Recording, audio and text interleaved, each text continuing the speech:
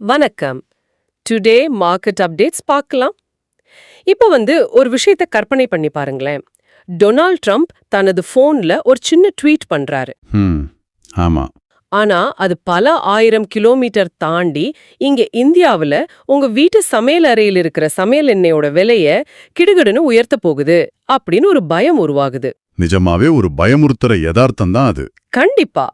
நீங்க இந்த வார இறுதியில ரிலாக்ஸ் பண்ணிட்டு இருக்கும்போது உலகத்தோட பல மூலைகள்ல ரொம்ப ஆச்சரியமான, சற்று பதற்றமான பல விஷயங்கள் நடந்து முடிஞ்சிருக்கு. ஆமா, நிறையவே நடந்திருக்கு. அதான் இந்த ஆழமான அலசலோட மிஷன் என்னன்னா, திங்கட்கிழமை காலையில சந்தை திறக்கும்போது எந்த ஒரு நியூஸும் உங்களை அதிர்ச்சிக்குள்ளாக்க கூடாது.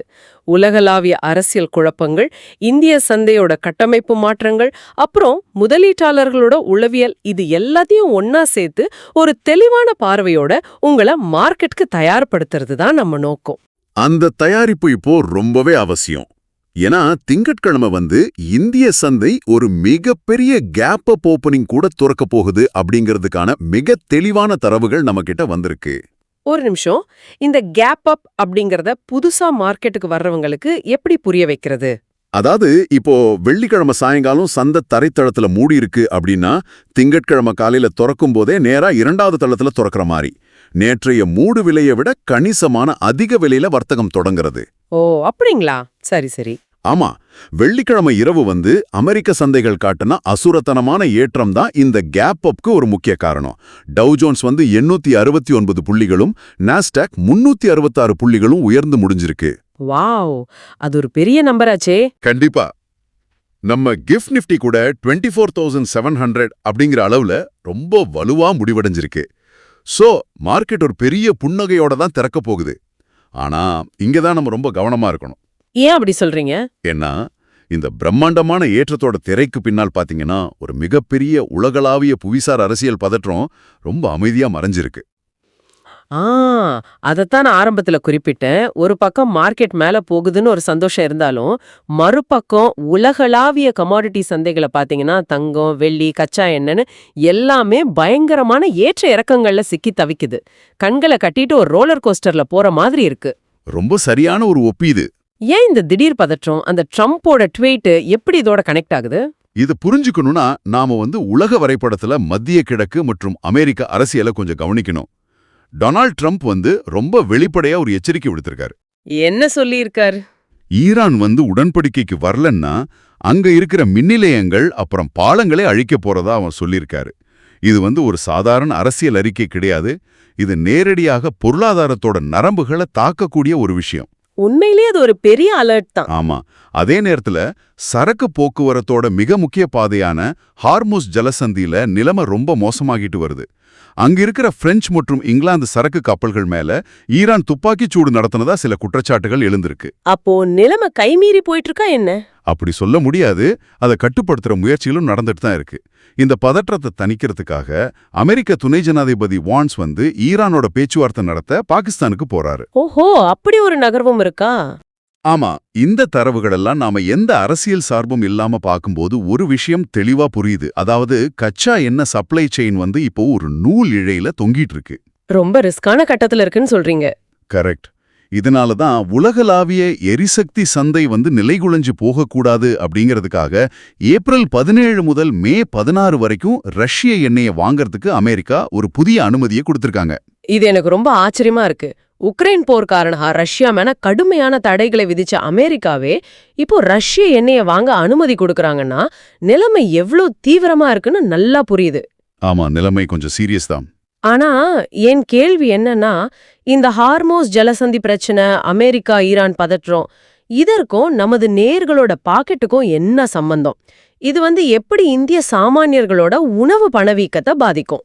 இதுக்கு பின்னால இருக்கிற அந்த சங்கிலி தொடர் விளைவை நீங்க புரிஞ்சுக்கணும். ஹார்மோஸ் ஜலசந்தி அப்படிங்கிறது கச்சா எண்ணெய்க்கு மட்டும் முக்கியமான பாதை கிடையாது. அது இயற்கை எரிவாயுவுக்கும் ஒரு மிக முக்கியமான போக்குவரத்து பாதை. இயற்கை எரிவாயுக்கும் அதுதான் மெயின் ரூட்டா? ஆமா. இப்போ யூரியா மாதிரியான விவசாய உரங்களை தயாரிக்கிறதுக்கு இயற்கை எரிவாயு தான் அடிப்படை மூலப்பொருள். இப்போ இந்த பாதையில கப்பல்கள் தாக்கப்படுறதால இன்சூரன்ஸ் அப்புறம் போக்குவரத்து செலவுகள் எல்லாம் கடுமையா உயர்ந்துடுச்சு. ஓ, அதனால விலையும் ஏறிடுமா? நிச்சயமா. இதனால உலகச் சந்தையில யூரியாவுக்கான ஏல விலை ஒரு டன்னுக்கு $1000 நெருங்கிடுச்சு. $1000? அது ரொம்ப அதிகமாச்சே. ஆமா. கிறிசில் அறிக்கை என்ன சொல்லுதுன்னா, இந்த இறக்குமதி சிக்கலால இந்தியாவுல உர உற்பத்தி ஒரு 10% வரைக்கும் குறைய வாய்ப்பு இருக்கு. அதாவது உரத்தட்டுப்பாடு வரலாம்னு சொல்றீங்க. கரெக்ட். விவசாயிகளுக்கு உரம் தட்டுப்பாடு ஏற்பட்டாலோ அல்லது உரத்தோட விலை உயர்ந்தாலோ அவங்க விளைவிக்கிற உணவுப் பொருட்களோட உற்பத்தி செலவும் அதிகரிக்கும். அந்த செலவு அப்படியே வாடிக்கையாளர்களான நம்ம மேல தான் சுமத்தப்படும். அதனாலதான் சமையல் அறையில இருக்கிற பருப்பு, சமையல் எண்ணெயோட விலை உலக பிரச்சனையால ஏறும்னு ஆரம்பத்துல சொன்னீங்களா? எக்ஸாக்ட்லி. இது உண்மையிலேயே நாம தீவிரமா கவனிக்க வேண்டிய ஒரு விஷயம்தான். டாலர் மதிப்பும் உலகளாவிய சப்ளை செயினும் இப்படி நம்ம அன்றாட வாழ்க்கையை தீர்மானிக்குது அப்படின்னா, இதுல இருந்து தப்பிக்க இந்தியா என்னதான் பண்ணிட்டு இருக்கு? ஒரு சதுரங்க ஆட்டக்காரர் எதிரியோட நகர்வுக்கு முன்பே தன்னோட வியூகத்தை மாத்துற மாதிரி ஏதாவது நடக்குதா? ரொம்ப அருமையான கேள்வி. இப்போ சமீபத்திய தரவுகள்ல ஒரு சுவாரஸ்யமான தகவல் இருக்கு. இந்திய நிறுவனங்கள் தங்களோட இறக்குமதி செலவை குறைக்கிறதுக்காக நேரடியாக சீன யுவான் நாணயத்துல பணம் செலுத்த தொடங்கியிருக்காங்க. பல தசாப்தங்களா டாலர் தானே நம்பி இருந்தோம். ஏன் இந்த திடீர் மாற்றம்? இது நிறுவனங்கள் தங்களை காப்பாத்திக்கிறதுக்காக எடுக்கிற ஒரு மிகச்சிறந்த செலவு கட்டுப்பாட்டு உத்தி. ஏன்னா சமீப காலமா டாலருக்கு எதிரா நம்ம ரூபாயோட மதிப்பு சற்று வீழ்ச்சி அடைஞ்சிட்டு வருது. ஆமா. இப்போ நீங்க சீனாவில இருந்து ஒரு இயந்திரத்தை இறக்குமதி பண்றீங்கன்னு வச்சுக்குவோம். ரூபாயை டாலரா மாத்தி அப்புறம் அந்த டாலரை யுவானா மாத்தி செலுத்தும் போது 2 தடவை கரன்சி மாற்றத்துக்கான கட்டணத்தையும் இந்திய நிறுவனங்கள் சுமக்க வேண்டியிருக்கு. பிளஸ் அந்த டாலரோட மதிப்பு ஏற்ற இறக்கத்தால வர நஷ்டமும் இருக்குல்ல? ஆமா, அதுவும் சேரும். இத நான் இப்படி புரிஞ்சுக்கிறேன். நாம தினமும் போற ஒரு மெயின் ஹைவேல இருக்கிற டோல் பூத், அதாவது இங்கே டாலர்னு வச்சுப்போம், அது அடிக்கடி தன்னிச்சையா கட்டணத்தை உயர்த்திட்டே இருக்கு. அதனால நம்ம ஆட்கள் சத்தம் இல்லாம சப்ளையரோட ஃபேக்டரிக்கு நேரா ஒரு குறுக்கு வழியை உருவாக்கிட்டாங்க. சரியா? ரொம்ப சிறப்பான ஒரு ஒப்பீடு. இதுதான் நிதர்சனம். சப்ளை செயினை பாதுகாக்கவும் தங்களோட லாப வரம்புகளை தக்க வைக்கவும் நிறுவனங்கள் இந்த ஸ்மார்ட்டான முடிவை எடுக்கிறாங்க. சூப்பர். ஆனா நாணய அளவுல மட்டும் இல்லாம தொழில்நுட்பம் அப்புறம் பாதுகாப்பு அளவுலயும் இந்தியா தனது கட்டமைப்பை ரொம்ப வேகமா மாத்திட்டு வருது இல்லையா? கண்டிப்பா. நாணயத்தை மாத்தினா மட்டும் போதாது, அந்த இறக்குமதியே நம்ம குறைக்கணும். குறிப்பா பாதுகாப்பு, அதாவது டிஃபென்ஸ் அப்புறம் செமிகண்டக்டர் துறைகள்ல நடக்கிற மாற்றங்கள் ரொம்பவே ஆச்சரியமா இருக்கு. ஆமா, ஒடிசாவுல கூட ஏதோ புதுசா ஒன்னு கொண்டு வந்திருக்காங்களே. ஆமாம், ஒடிசாவில் இந்தியாவின் முதல் அதிநவீன 3D செமிகண்டக்டர் பேக்கேஜிங் யூனிட் தொடங்கப்பட்டிருக்கு. இந்த 3D பேக்கேஜிங் அப்படிங்கறத நேர்களுக்காக கொஞ்சம் எளிமையா விளக்குங்களேன். இது ஏன் அவ்வளோ முக்கியம்? இப்போ பொதுவா கம்ப்யூட்டர் சிப்களை ஒரு பெரிய மைதானத்துல தனித்தனி வீடுகளா கட்டுற மாதிரி பக்கவாட்டுல வைப்பாங்க. இதுக்கு நிறைய இடம் தேவைப்படும். ஓகே. அது மட்டும் இல்லாம டேட்டா ஒரு சிப்ல இருந்து இன்னொன்னுக்கு போக நேரமும் ஆகும். ஆனா இந்த 3D பேக்கேஜிங் அப்படிங்கிறது அந்த வீடுகளை ஒன்றின் மேல் ஒன்றாக அடுக்குமாடி குடியிருப்புகள் மாதிரி அடுக்குவது. ஓ, அப்போ இடம் நிறைய மிச்சமாகும். ஆமா, இடமும் மிச்சமாகும், டேட்டாவும் மிக வேகமா பரிமாறப்படும். எதிர்கால தொழில்நுட்பங்களான AI மற்றும் 5Gக்கு இந்த வேகம் மிக மிக அவசியம். இதை நாம இந்தியாவிலேயே செய்கிறது தொழில்நுட்ப தற்சார்புல ஒரு மிகப்பெரிய பாய்ச்சல். வாவ், இது உண்மையிலே ஒரு பெரிய விஷயம்தான். சரி, செமிகண்டக்டர் ஒரு பக்கம் இருக்கட்டும். பாதுகாப்புத் துறையில நமது அமைச்சர் ராஜ்நாத் சிங் ஜெர்மனிக்கு ஒரு 3 நாள் பயணம் மேற்கொண்டாரே, அது எதற்காக? வெறும் ஆயுதங்களை வாங்குறதுக்காகவா? இல்ல, அதை விட ஒரு பெரிய வியூகத்துக்காக தான் அவர் போயிருக்காரு. மசகான் டாக் நிறுவனத்தோட ப்ராஜெக்ட் 75I அப்படிங்கிற ஒரு பிரம்மாண்டமான திட்டம் தான் அந்த பயணத்தோட முக்கிய நோக்கம். அந்த ப்ராஜெக்ட்ல அப்படி என்ன ஸ்பெஷல்? இது சுமார் $8 பில்லியன் மதிப்பிலான ஒரு திட்டம். இந்த திட்டத்தின் கீழே ஜெர்மனியோட திசன் குரூப் நிறுவனத்தோடு இணைந்து 6 அதிநவீன நீர்மூழ்கி கப்பல்கள் இந்தியாவுல தயாரிக்கப்பட இருக்கு. இங்கேயும் அந்த மெக்கானிசம் என்ன அப்படிங்கறத நாம கவனிக்கணும். நாம பணத்தை கொடுத்து ஜெர்மனி கிட்டேந்து நீர்மூழ்கி கப்பல்களை அப்படியே பார்சல் செஞ்சு வாங்கல. ஆமா, வாங்கல. மாறாக அவங்களோட தொழில்நுட்பத்தை இந்தியாவுக்கு கொண்டு வர்றோம். எப்படி உருவாக்குவது அப்படிங்கிற அறிவை அவங்க நமக்கு கத்துக் கொடுக்க போறாங்க. இது மேக் இன் இந்தியா திட்டத்துக்கு ஒரு மிகப்பெரிய உந்துதலா அமையும் இல்லையா? சரியா சொன்னீங்க. இந்த மாதிரி நீண்ட கால கட்டமைப்பு மாற்றங்கள் தான் இந்தியாவோட அடித்தளத்தை ரொம்ப வலுவாக்குது. இதே காலகட்டத்துல நமது உள்நாட்டு சமூக அரசியல் தளத்திலும் ஒரு முக்கியமான நிகழ்வு நடந்திருக்கு. மக்களவையில மகளிர் இடஒதுக்கீடு மசோதா தோல்வி அடைஞ்சதை தொடர்ந்து பிரதமர் மோடி நாட்டு பெண்களிடம் மன்னிப்பு கோரியிருக்காரு. ஆமாம். எந்த அரசியல் பார்வையும் இல்லாம ஒரு கட்டமைப்பு நிகழ்வா மட்டும் இதை நாம பார்க்கும்போது நாட்டின் கொள்கை உருவாக்கத்திலும் சமூக பிரதிநிதித்துவத்திலும் நடக்கிற நகர்வுகளை இது காட்டுது. சரி, நாம இப்போ மீண்டும் பொருளாதார அப்புறம் கார்ப்பரேட் உலகத்துக்கு வருவோம். எனக்கு இங்க ஒரு மிகப்பெரிய முரண்பாடு தெரியுது. என்ன முரண்பாடு? உலகமே இப்போ ஏஐ, அதாவது செயற்கை நுண்ணறிவோட பின்னால் பைத்தியமா ஓடிட்டு இருக்கு. கூகுள், மைக்ரோசாஃப்ட் மாதிரி நிறுவனங்கள்லாம் பில்லியன் கணக்குல பணத்தை அதுல கொட்டுறாங்க.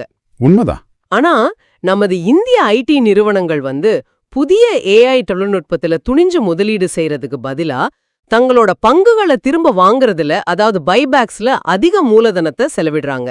இது ரொம்ப ஆச்சரியமா இருக்கே. அவங்க அளவுக்கு மீறி பாதுகாப்பான விளையாட்டை விளையாடுறாங்களா? நீங்க கேக்குறது நியாயம்தான். மேலோட்டமா பார்க்கும்போது அவங்க ரிஸ்க் எடுக்க தயங்குறாங்க அப்படின்னு தோணலாம். ஆனா ஒரு நிதியியல் நிபுணரா இதோட உள்ளே இருக்கிற இபிஎஸ், அதாவது ஏர்னிங்ஸ் பர் ஷேர் அப்படிங்கிற மெக்கானிசத்தை நான் விளக்குறேன். சொல்லுங்க, கேப்போம். இப்போ ஏஐல முதலீடு செஞ்சா அதிலிருந்து எப்படி லாபம் எடுக்கிறது அப்படிங்கிற ரெவென்யூ மாடல் இன்னும் யாருக்கும் தெளிவா இல்ல. பல பில்லியன் டாலர்களை கூட்டிட்டு லாபம் வரலன்னா முதலீட்டாளர்கள் கண்டிப்பா கோவப்படுவாங்க. ஓ, அதனால அவங்க வேற வழிய கையாள்றாங்களா? ஆமா, நிறுவனத்தோட லாபத்தை மொத்த பங்குகளோட எண்ணிக்கையால வகுத்தா கிடைப்பதுதான் இபிஎஸ். இப்போ சந்தையில இருக்கிற தங்களோட பங்குகளோட ஒரு பகுதிய நிறுவனமே கணிசமான விலை கொடுத்து திரும்ப வாங்கிக்கிட்டா மொத்த பங்குகளோட எண்ணிக்கை குறைஞ்சிடும். அப்ப லாபம் மாறலனாலும் பங்குகளின் எண்ணிக்கை குறையறதால ஒரு பங்குக்கான வருமானம் தானாகவே உயர்ந்துடுமா? எக்ஸாக்ட்லி. இது முதலீட்டாளர்களை தக்க வச்சுக்க கார்ப்பரேட் நிறுவனங்கள் பயன்படுத்துற ஒரு தற்காப்பு உத்தி. அவங்க ஏஐய முற்றிலுமா புறக்கணிக்கல, ஆனா மூலதனத்தை பாதுகாப்பா நிர்வகிக்கிறாங்க. அப்படியென்றால் ஐடி துறை இப்போ ஒரு தற்காப்பு ஆட்டத்தை ஆடிட்டு இருக்காங்க. சரி, அப்போ தாக்குதல் ஆட்டத்தை யாருதான் ஆடுறா? சந்தேகமே இல்லாம இந்திய வங்கித்துறை தான். தரவுகளை பாருங்களேன். 2020 நிதியாண்டுல இந்திய வங்கிகளோட மொத்த வாராக்கடன், அதாவது கிராஸ் என்பிஏ 8.4% இருந்துச்சு. அது ரொம்ப அதிகமாச்சே. ஆமா, ஆனா இப்போ அது அபரிமிதமா குறைஞ்சு 2026 நிதியாண்டுல 2.2 இருந்து 2.3% இருக்கும்னு கணிக்கப்பட்டிருக்கு. இது உண்மையிலே ஒரு வரலாற்று சிறப்பு மிக்க முன்னேற்றம். இந்த வாராக்கடன் அப்படிங்கறத நேயர்கள் எப்படி புரிஞ்சுக்கலாம்னா, ஒரு வீட்டோட தண்ணீர் பைப்லைன்ல நிறைய குப்பைகள் அடைச்சுக்கிட்டா தண்ணீர் சீரா வராது இல்லையா? ஆமா. அதுபோல வங்கிகள் கொடுத்த கடன் திரும்பி வராம மாட்டி அவங்களோட பணப்புழக்கத்தை 2020ல 8.4% அளவுக்கு முடக்கி வச்சிருந்தது. இப்போ அந்த பைப்லைன்ல இருந்த அடைப்புகளை எல்லாம் முழுமையா சுத்தம் பண்ணிட்டாங்க அப்படின்னு சொல்லலாமா? ரொம்ப அருமையான விளக்கம். ஆமா, வங்கிகளோட பேலன்ஸ் ஷீட் இப்போ மிக சுத்தமாயிடுச்சு. இதனால அவங்க கிட்ட கடன் கொடுக்கறதுக்கான மூலதனம் அதிகமா இருக்கு. அப்போ நிறைய பேருக்கு கடன் கிடைக்கும். கண்டிப்பா. ரீட்டைல் மற்றும் ஹோல்சேல் என இரண்டிலுமே கிரெடிட் growth மிகச் சிறப்பா இருக்கு. வங்கிகள் தாராளமா அதே சமயம் பாதுகாப்பா கடன் கொடுக்க ஆரம்பிச்சிட்டாங்க. இது ஒட்டுமொத்த பொருளாதார வளர்ச்சிக்கும் ஒரு மிகப்பெரிய என்ஜினா செயல்படும். இதெல்லாம் ஓகே. கார்ப்பரேட் நிறுவனங்களை பத்தி பேசும்போது பிஹெச்இஎல் நிறுவனத்தோட சமீபத்திய செய்திகளை பார்க்க முடியுது. அவங்களோட ஆர்டர் புக் ரொம்ப பிரம்மாண்டமா இருக்கு. ஆமா, சுமார் 2.4 லட்சம் கோடி அளவுக்கு ஆர்டர்கள் அவங்க கைவசம் இருக்கு. ஆனா அதே சமயம் பெங்களூரு நீதிமன்றத்துல ரேஷூர் பவர் கார்ப்பரேஷனுக்கு எதிரா 143.21 கோடி மதிப்பிலான வழக்கையும் அவங்க தொடர்ந்திருக்காங்க. இவ்ளோ பெரிய நிறுவனத்துக்கு இந்த வழக்கு ஒரு பெரிய பின்னடைவா? இல்ல, கார்ப்பரேட் உலகத்துல இது ரொம்ப ரொம்ப சகஜமான ஒரு விஷயம்தான். பல லட்சம் கோடிகள்ல வியாபாரம் நடக்கும்போது நிலுவைத் தொகையை வசூலிக்க இது மாதிரி சட்ட போராட்டங்கள் நடக்கிறது தவிர்க்க முடியாதது. இது ஒரு செய்தியா இருக்கலாம், ஆனா நிறுவனத்தோட கட்டமைப்பை பாதிக்கிற அளவுக்கு இது பெரிய விஷயம் கிடையாது. ஓகே, அப்போ பயப்பட தேவையில்ல. நிச்சயமா. இங்க நாம கவனிக்க வேண்டிய இன்னொரு மிக முக்கியமான ட்ரெண்ட் ஒன்னு இருக்கு. வெளிநாட்டு முதலீட்டாளர்கள், அதாவது எஃப்ஐஐக்கள் இப்போ தங்களோட பணத்தை எங்க கொட்டுறாங்க தெரியுமா? பவர் T&T துறையில தான். ஏன் திடீர்னு மின்சார உள்கட்டமைப்பு துறைக்கு இவ்ளோ முக்கியத்துவம்? இதுவும் அந்த ஏஐயோட தொடர்புடையதா? 100% ஏஐ தாங்க காரணம். ஏஐ தொழில்நுட்பம் வளர வளர அதற்கான பிரம்மாண்டமான டேட்டா சென்டர்கள் உலகம் முழுவதும், குறிப்பா இந்தியாவிலும் கட்டப்பட்டு வருது. இந்த டேட்டா சென்டர்கள் செயல்பட சாதாரண கட்டடங்களை விட பல மடங்கு அதிகமான மின்சாரம் தேவை. ஓ, அதனாலதான் இங்க ஃபோக்கஸ் பண்றாங்களா? ஆமாம். இந்தியாவோட மின்சார உற்பத்தி மற்றும் விநியோக கட்டமைப்பு எதிர்காலத்துல அபரிமிதமான வளர்ச்சியை காணும் அப்படிங்கறத வெளிநாட்டு முதலீட்டாளர்கள் ரொம்ப தெளிவா கணிச்சிட்டாங்க. சரி, இது எல்லாம் ஒட்டுமொத்தமா தொகுத்து பார்க்கும்போதே எனக்கு ஒரு பெரிய ஆச்சரியம் காத்துட்டு இருக்கு. ஒரு பக்கம் உலகளாவிய சவால்கள் இருந்தாலும் வங்கிகள் சுத்தமாகி லாபத்துல இயங்குது, கார்ப்பரேட் நிறுவனங்களுக்கு ஆர்டர்கள் குவியுது, வெளிநாட்டு முதலீட்டாளர்கள் முதலீடு செய்றாங்க. ஆமாம், எல்லாம் பாசிட்டிவா தான் போயிட்டு இருக்கு. செமிகண்டக்டர், நீர்மூழ்கி கப்பல்னு இந்தியா தற்சார்புல முன்னேறுது. எல்லாம் இவ்ளோ பாசிட்டிவா இருக்கும்போது சில்லறை முதலீட்டாளர்கள் மட்டும் ஏன் சந்தையை விட்டு அலறி அடிச்சு ஓடிக்கிட்டு இருக்காங்க? இதுதான் மார்க்கெட்டோட மிகப்பெரிய முரண். ஆனா நீங்க எந்த தரவை வச்சு இப்படி சொல்றீங்க? NSE-ல இருந்து வந்த தரவுகள் தான். செயலில் உள்ள முதலீட்டாளர்களோட எண்ணிக்கை 2026ஆம் நிதியாண்டுல 7% குறைஞ்சிருக்கு. அதாவது சுமார் 35 லட்சம் பேரோட கணக்குகள் சரிஞ்சிருக்கு. அது பெரிய நம்பர் தான். செரோதா, ஏஞ்சல் ஒன், அப்ஸ்டாக்ஸ் மாதிரியான பெரிய புரோக்கர்கள் கிட்ட வாடிக்கையாளர்களின் எண்ணிக்கை கணிசமா குறைஞ்சிருக்கு. ஒரு பக்கம் நாட்டோட மேக்ரோ பொருளாதாரம் வலுவா இருக்கு, இன்னொரு பக்கம் 35 லட்சம் முதலீட்டாளர்கள் வெளியேற்றும். இது எப்படி நடக்குது? இந்த இடத்துல தான் நாம சந்தையோட உளவியலை மிக ஆழமா புரிஞ்சுக்கணும். நேயர்களே, இது கொஞ்சம் கவனமா கேளுங்க. சில்லறை முதலீட்டாளர்கள் செய்யற மிகப்பெரிய தவறு என்னன்னா, வளர்ச்சி என்பது நேர்கோட்டில் பயணிக்கும் அப்படிங்கிற ஒரு மாயைய நம்புறது தான். அதாவது மார்க்கெட் எப்பவும் மேலேயே போகும்னு நினைக்கிறது. ஆமா, பல புதிய முதலீட்டாளர்கள் கோவிட் சமயத்திலோ அல்லது சந்தை உச்சத்துல இருக்கும்போதோ உள்ளே வந்தாங்க. அவங்க ஒரு 7 முதல் 9 மாதங்களுக்குள்ள தங்களோட பணத்தை 2 அல்லது 3 மடங்கா மாற்றி விடலாம் அப்படிங்கிற ஒரு சினிமாத்தனமான எதிர்பார்ப்போட வந்தாங்க. மார்க்கெட்ல தினமும் லாபம் பார்க்கலாம் அப்படின்னு நினைக்கிறது ஒரு தப்பான கற்பனை இல்லையா? முற்றிலும் தவறு. யதார்த்தமான 12 முதல் 18% CAGR லாபத்தை ஏத்துக்கிற மனப்போக்கம் அவங்களுக்கு இல்ல. CAGR அப்படிங்கிறது ஒரு மரம் வளர்ற மாதிரி. ஒரே நாள்ல அது பலம் தராது. ஆனா பல ஆண்டுகள் தொடர்ந்து நிலைத்திருந்தா பிரம்மாண்டமான பலனை தரும். அத புரிஞ்சிக்காம விட்டுடுறாங்க. ஆமா, சந்தையோட ஏற்ற இறக்கங்களை பொறுமையா கையாள தெரியாதவங்க தான் இப்போ விரக்தியில வெளியேறுறாங்க. ஆப்ஷன் ட்ரேடிங் பத்தின விழிப்புணர்வின்மையும் இதுக்கு ஒரு காரணமா இருக்குமோ? செபி இப்போ ஃபேட் ஃபிங்கர் எரர்களை தடுக்க புதிய கட்டுப்பாடுகளை கொண்டு வராங்களே, அத கொஞ்சம் விளக்குங்களேன். கண்டிப்பா. இந்த ஃபேட் ஃபிங்கர் எரர் அப்படின்னா என்னன்னா, ஒரு ட்ரேடர் ஆப்ஷன்ஸ் மார்க்கெட்ல அவசரமா 100 பங்குகளை வாங்குறதுக்கு பதிலா தவறுதலா ஒரு சைபரை கூடுதலா சேர்த்து 1000 அப்படின்னு டைப் செஞ்சிருவாரு, அல்லது தவறான விலையை உள்ளீடு செய்வாரு. ஓ, நொடிகள்ல நடக்கிற தவறு இது. ஆமா, நொடிகளின் பின்னத்துல நடக்கிற இந்த மனித தவறுகள் சந்தையில கோடிக்கணக்கான ரூபாய் நஷ்டத்தையும் மிகப்பெரிய விலை மாற்றங்களையும் உருவாக்கிடும். அப்போ செபியோட ரூல்ஸ் இதை தடுக்குமா? ஆமா, சில்லறை முதலீட்டாளர்கள் ஆப்ஷன் ட்ரேடிங்ல போதிய அனுபவம் இல்லாம ஈடுபட்டு பணத்தை இழக்கிறத தடுக்கும். இதுபோன்ற தொழில்நுட்ப மற்றும் மனித தவறுகளை கட்டுப்படுத்தவுமே செபி இந்த புதிய விதிமுறைகளை கொண்டு வருது. அப்படியென்றால் ஒரு சாமானிய முதலீட்டாளர் சந்தையில தப்பி பிழைக்க ரிஸ்க் மேனேஜ்மெண்ட் அப்படிங்கிறதுக்கு என்னதான் அளவுகோல்? ரொம்ப எளிமையான ஆனா சக்தி வாய்ந்த ஒரு விதி இருக்கு. சரியான தூக்கம். நீங்க ஒரு பங்குல முதலீடு செஞ்ச பிறகு அல்லது ஒரு ட்ரேடிங் பொசிஷன் எடுத்த பிறகு உங்களால இரவு நிம்மதியா தூங்க முடியுது அப்படின்னா உங்களோட ரிஸ்க் அளவீடு சரியா இருக்குன்னு அர்த்தம். தூக்கம் வரலன்னா பிரச்சனை. கரெக்ட். ஒருவேளை உலக சந்தையில ஏதோ ஆயிடுமோ அப்படிங்கிற பயத்துல உங்களுக்கு தூக்கம் வரலன்னா நீங்க உங்களோட தகுதிக்கு மீறிய பொசிஷனை எடுத்திருக்கீங்க அப்படின்னு அர்த்தம். இது ரொம்ப முக்கியமான பாயிண்ட். இங்க ஒரு விஷயத்தை நான் ஆழமா பதிவு செய்ய விரும்புறேன். சந்தை ஒருபோதும் உங்களோட அறியாமையை தண்டிப்பதில்ல, உங்களோட ஒழுக்கமின்மையை தான் தண்டிக்குது. எப்போது வாங்க வேண்டும் அப்படிங்கிறத விட சந்தை சரியாகும் போது எப்போது அமைதியாக இருக்க வேண்டும் அப்படின்னு தெரிஞ்சுக்கிறது தான் உண்மையான முதலீட்டு ஒழுக்கம். சந்தை அறியாமையை தண்டிப்பதில்லை, ஒழுக்கமின்மையை தான் தண்டிக்குது. இது ஒரு மிகச்சிறந்த பாயிண்ட். நாம விவாதத்தோட இறுதி பகுதிக்கு வந்துட்டோம். இன்றைய ஆழமான அலசலை தொகுத்து பார்த்தால் ஒரு விஷயம் ரொம்ப தெளிவா புரியுது. என்ன புரியுது? உலகளாவிய அரசியல் பதற்றங்கள், கமோடிட்டி சந்தையோட பணவீக்க அபாயங்கள்னு பல மேகங்கள் சூழ்ந்திருந்தாலும் இந்தியாவோட நீண்டகால கட்டமைப்பு வளர்ச்சி, அதாவது செமிகண்டக்டர்லிருந்து நீர்மூழ்கி கப்பல் வரை, தூய்மையான வங்கித்துறை வரை எல்லாமே மிகவும் உறுதியா இருக்கு. ஆமா, ஆனா அந்த வளர்ச்சியோட பலனை நீங்க முழுமையா அறுவடை செய்ய உங்களுக்கு 2 விஷயங்கள் மிக மிக அவசியம். முதலீட்டாளர்களோட பொறுமை மற்றும் ஒழுக்கம். குறுகிய கால சத்தங்களுக்கு செவி சாய்க்காம நீண்டகால பார்வையை வச்சிருக்கிறது தான் உங்களுக்கான உண்மையான செல்வத்தை உருவாக்கும். சரியா சொன்னீங்க. நிகழ்ச்சியை முடிப்பதற்கு முன்னாடி நேயர்களான உங்க சிந்தனைக்கு ஒரு ஆழமான கேள்வியை விட்டு செல்ல விரும்புறேன். என்ன கேள்வி அது? நம்ம குறைஞ்சு வர்றத நாம பாக்குறோம். உதாரணமா NSE-யோட அன்லிஸ்டட் பங்குகளின் விலை 2075 ரூபாயிலிருந்து 1885 ரூபாயா சரிஞ்சிருக்கு. ஆமா, ஒரு பெரிய சரிவுதான். இதை தொடர்ந்து தான் 35 லட்சம் சில்லறை முதலீட்டாளர்கள் சந்தையை விட்டு பயந்து போய் வெளியேறி இருக்காங்க. இது எல்லாம் ஒரு சேர பார்க்கும்போது எனக்கு ஒண்ணு தோணுது. பதற்றத்துல பயந்து போய் நஷ்டத்தோட வெளியேறும் இந்த சில்லறை முதலீட்டாளர்கள் கிட்ட இருந்து பொறுமையா காத்திருக்கும் ஆழமான பாக்கெட்டுகளை கொண்ட நிறுவன முதலீட்டாளர்களுக்கு ஒரு மாபெரும் வெல்த் டிரான்ஸ்ஃபர், அதாவது செல்வ பரிமாற்றம் சத்தம் இல்லாம இப்ப நடந்துகிட்டு இருக்கா? இது சிந்திக்க வேண்டிய ஒரு விஷயம்தான். உங்க பணம் யார் கைக்கு மாறுது கொஞ்சம் யோசிச்சு பாருங்க. வாழ்க வாழ்முடன் இன்னொரு தரப்பில் முக்கிய மார்க்கெட் அப்டேட்ஸோட சந்திக்கலாம்.